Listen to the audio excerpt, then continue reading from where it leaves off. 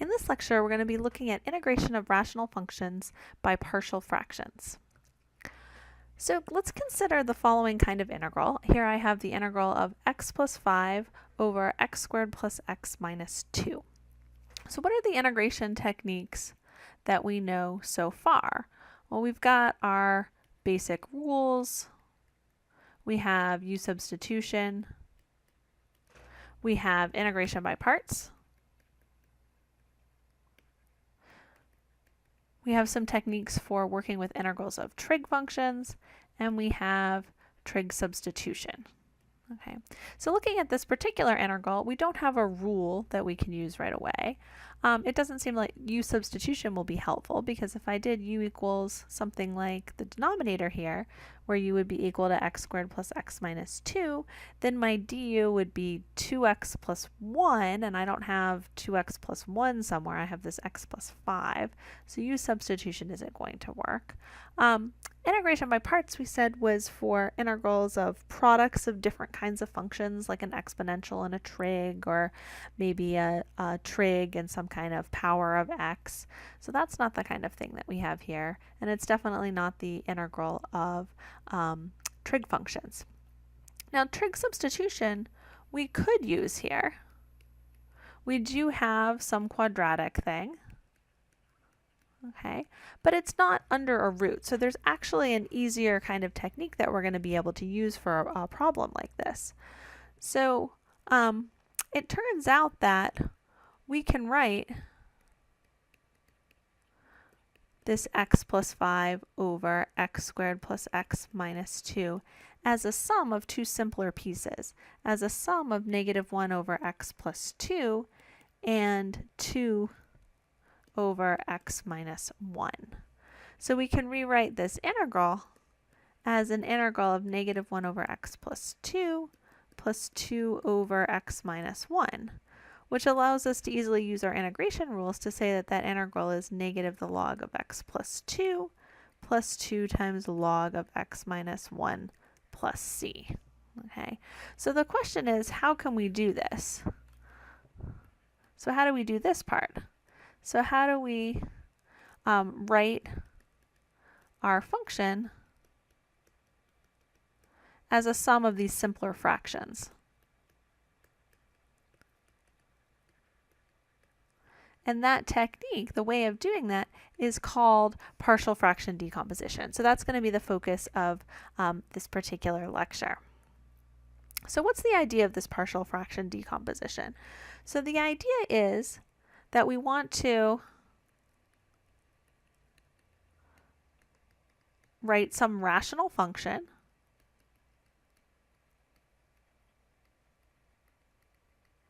where our rational function is some polynomial divided by some other polynomial. So some p of x over q of x, which in our previous example we had x plus 5 over x squared plus x minus 2.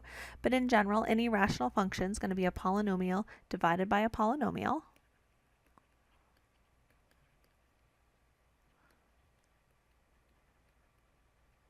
And we said we wanted to be able to write that as a sum of simpler fractions.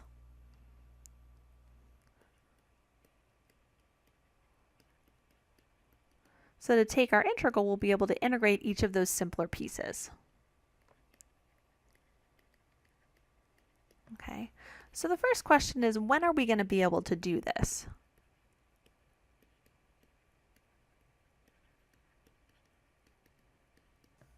Well, we're going to be able to write our rational function as a sum of some simpler fractions when our rational function is what we call proper.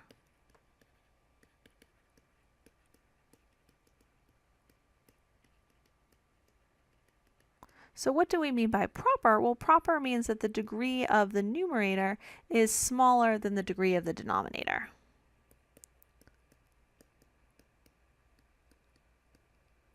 So the degree of our numerator is less than the degree of the denominator. Okay, and we're applying this to rational functions, but this idea of a proper fraction also applies to fractions that you're used to. So we say things like 2/3, 1/2, 3/4 are proper fractions,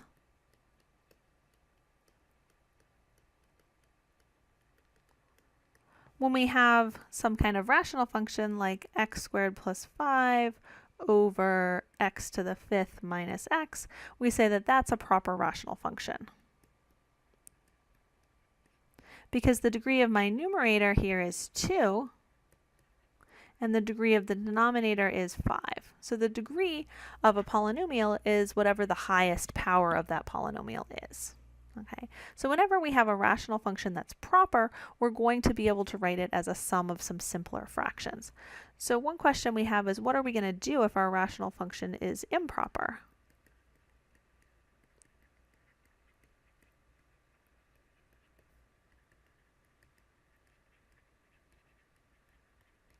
Okay, so again, to make the comparison to just fractions themselves, something like 5/4 is considered an improper fraction. And we know that in order to rewrite that as having some piece that's a proper fraction, we would divide 5 by 4 and rewrite that as 1 plus 1/4. So we can do the same kind of thing with an improper rational function. So if we have something like x to the 4th plus x plus 5 over x cubed plus 3, we can see that this is an improper type rational function because we have here degree 4 in the numerator and degree 3 in the denominator. So we have the numerator degree greater than the denominator degree. And so just like when I had 5/4 to be able to write it as 1 plus 1/4, I do long division. Here I'm going to do polynomial long division where I have x to the 4th plus x plus 5 divided by x cubed plus 3. So whenever we have a rational function that's improper, we're going to need to use long division to rewrite it with a proper rational function piece that we could then use partial fraction decomposition on. So I'm going to see how many times x cubed plus 3 goes into x to the 4th plus x plus 5. I see I'd have to multiply x cubed times x to get back x to the 4th. So I have x here times x cubed plus 3 gives me x to the 4th plus 3x. We subtract that out. So my x to the 4ths are going to cancel. I'm going to have x minus 3x, or negative 2x. Then I'm going to bring down the 5 from before. And I notice that now I have this degree here, degree 1, is smaller than the degree 3 thing I was dividing by. So I can go ahead and stop doing my long division and now say that my x to the 4th plus x plus 5 over x cubed plus 3 is equal to x plus negative 2x plus 5 all over x cubed plus 3, where this part here is now proper because I have something that's degree 1 over something that's degree 3. Okay. So we've said that you need to have a proper rational function in order to do partial fraction decomposition. So how do we go about doing that partial fraction decomposition? So what are our steps for performing this procedure? Our first step, like we've said, is determine if the rational function is proper or improper.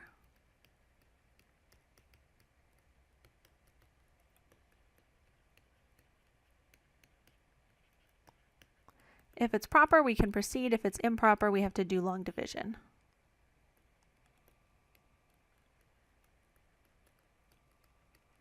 So if what we're working with is proper, our first step is going to be to factor the denominator of our rational function as much as we can.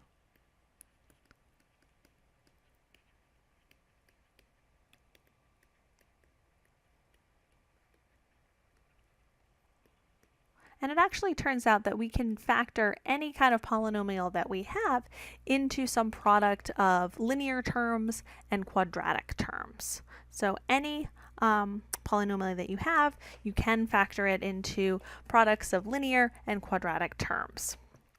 So that sort of informs what our next step is here.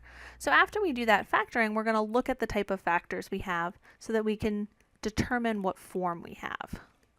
So we want to determine the form of the rational function. And there's 4 different forms that we're going to look at. And for each of those forms, we'll have a different way that we go about doing the partial fraction decomposition.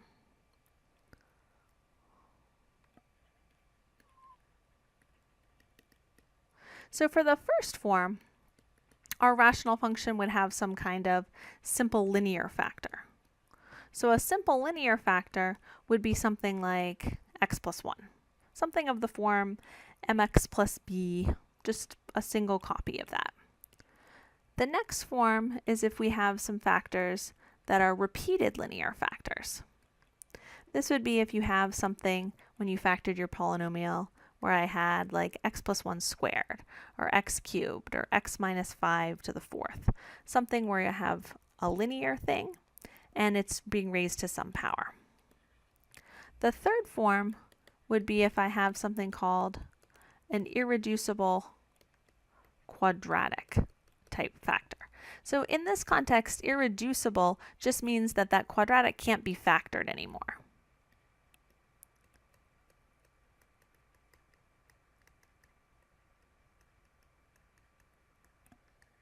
So something like this would be like x squared plus 1. So how do we know x squared plus 1 can't be factored any further? Well, remember that when you have a quadratic of the form ax squared plus bx plus c that you're trying to factor, you would need from the quadratic formula, which says that the solutions to that equaling 0 would be x is negative b plus or minus the square root of b squared minus 4ac all over 2a. In order for this to have a solution here, I need this b squared minus 4ac to be positive. So if I look at this x squared plus 1, I see that I'd have a is 1, b is 0, and c is 1. So if I went and tried to find b squared minus 4ac, that would be 0 minus 4, or negative 4. Okay, so because I would get that quantity to be a negative number, and I can't take the square root of the negative number, I know I wouldn't be able to factor that any further. Okay, so what's our last form here? The fourth one would be if I had a repeated irreducible quadratic.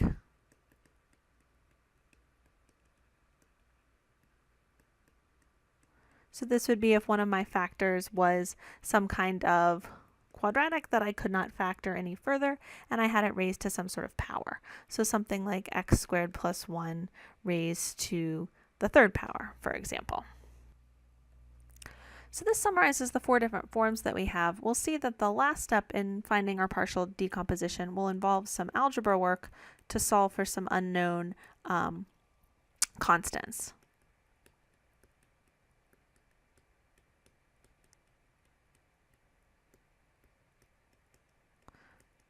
Okay, so let's see what these different forms look like.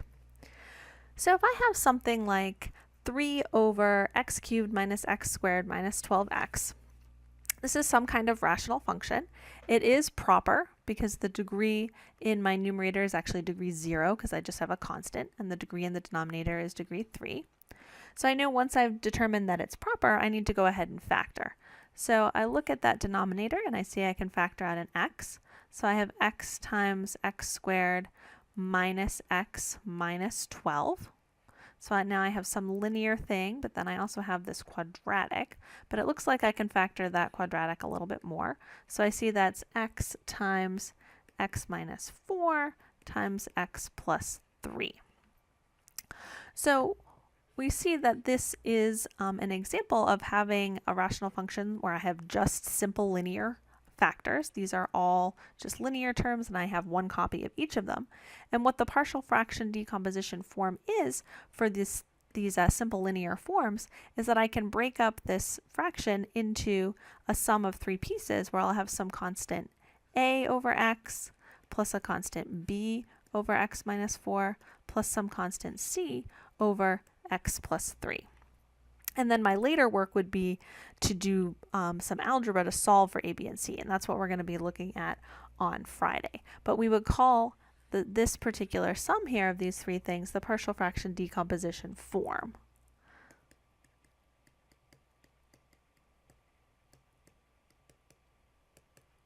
Okay, so let's look at our next example of a type of form. So here I have my second form being repeated linear factors. So if I look at this example where I have f of x equals x squared minus 5x plus 16 all over 2x plus 1 times x minus 2 squared, the factors involved in the denominator here are a simple linear factor, which is the 2x plus 1 factor. The x minus 2 squared, though, is a repeated linear factor because I have x minus 2 and then another x minus 2. Okay, so the form in this case will follow the rules for the simple linear form for that first factor. So I'd have some constant a over 2x plus 1. Excuse me. When I have repeated linear factors, I still have a constant in the numerator, but I'm going to need some terms associated with each piece of that repeated linear group of factors. So I'll have some constant b over x minus 2, and then I'll have some constant c over x minus 2 squared. So whenever I have a repeated linear factor, I'll have as many simple fractions in the breakdown as there were factors that I had to start with.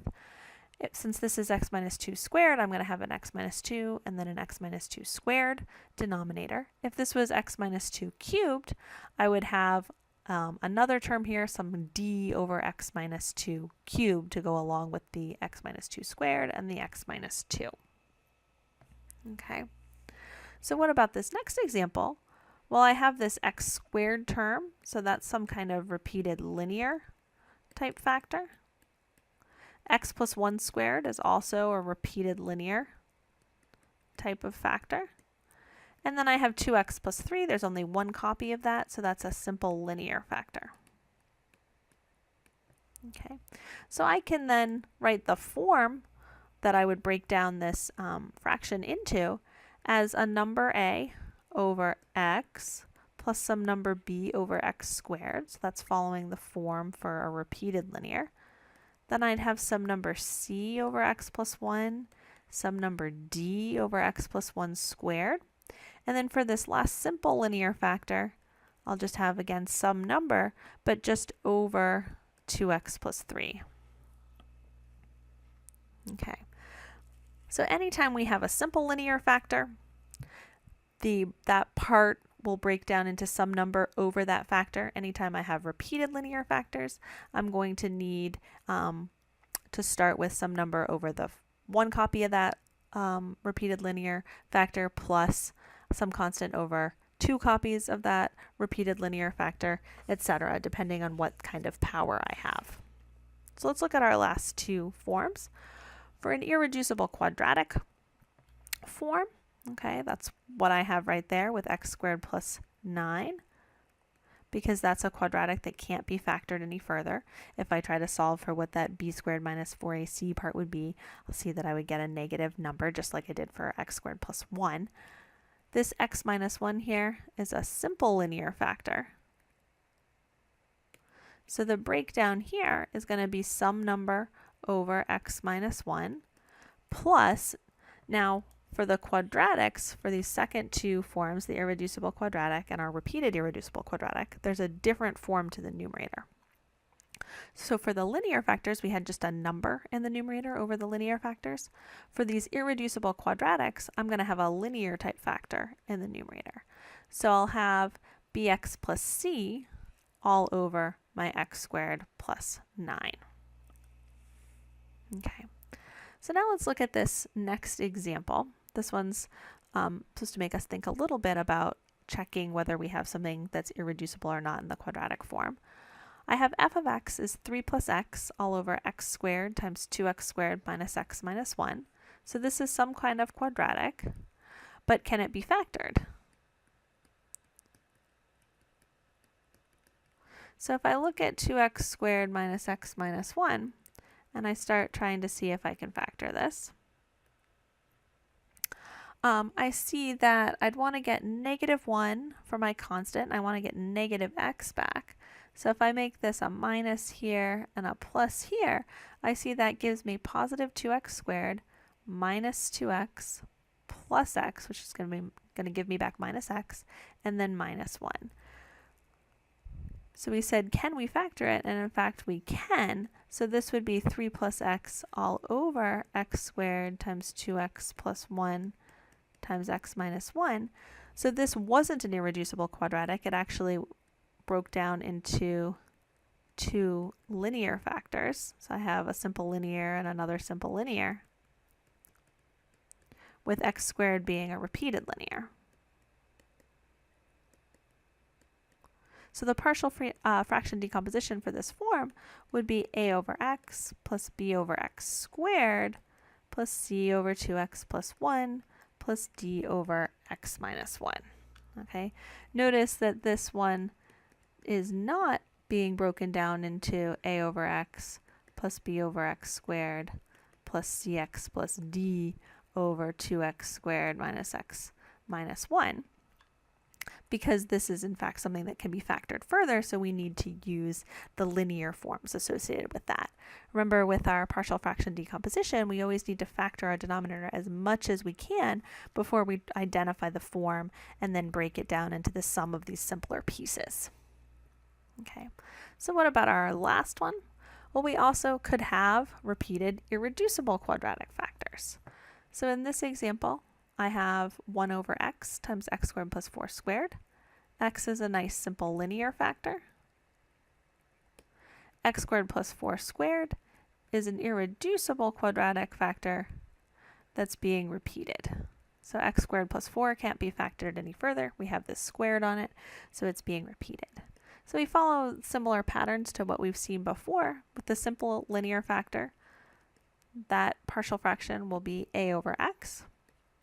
When we had the repeated simple linear, we would do a term for each copy of, or up to the power of copies that we had there. So we'll do something similar, but we'll have that different numerator,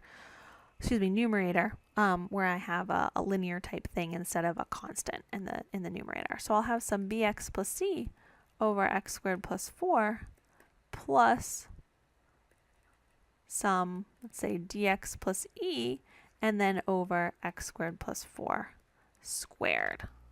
Okay, so there's a theorem behind why we can do this each time, but we're trying to summarize how we're going to break down our rational function into simpler pieces based on the type of factors that we have.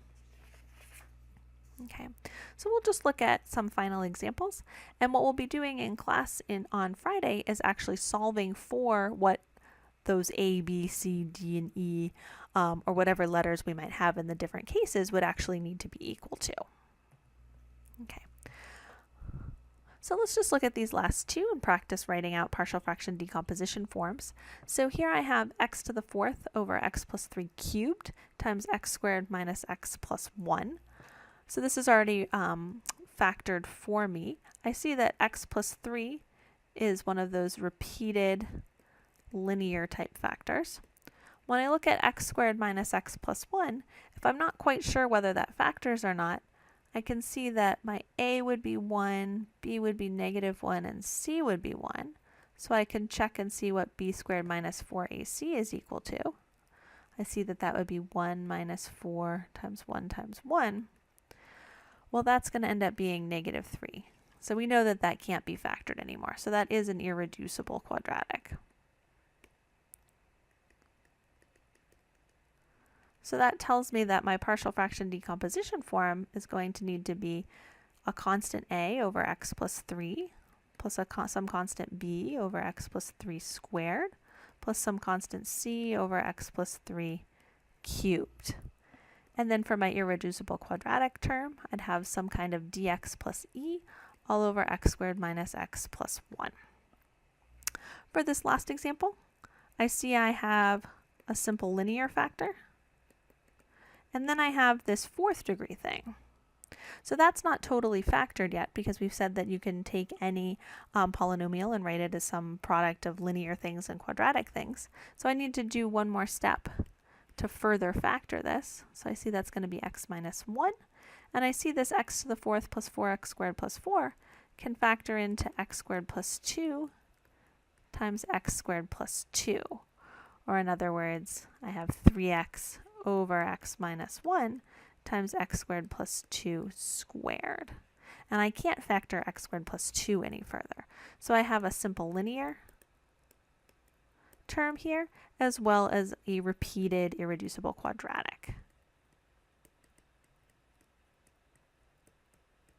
So my partial fraction decomposition then looks like some number a over x minus 1 plus some bx plus c over x squared plus 2 plus some dx plus e over x squared plus 2 squared.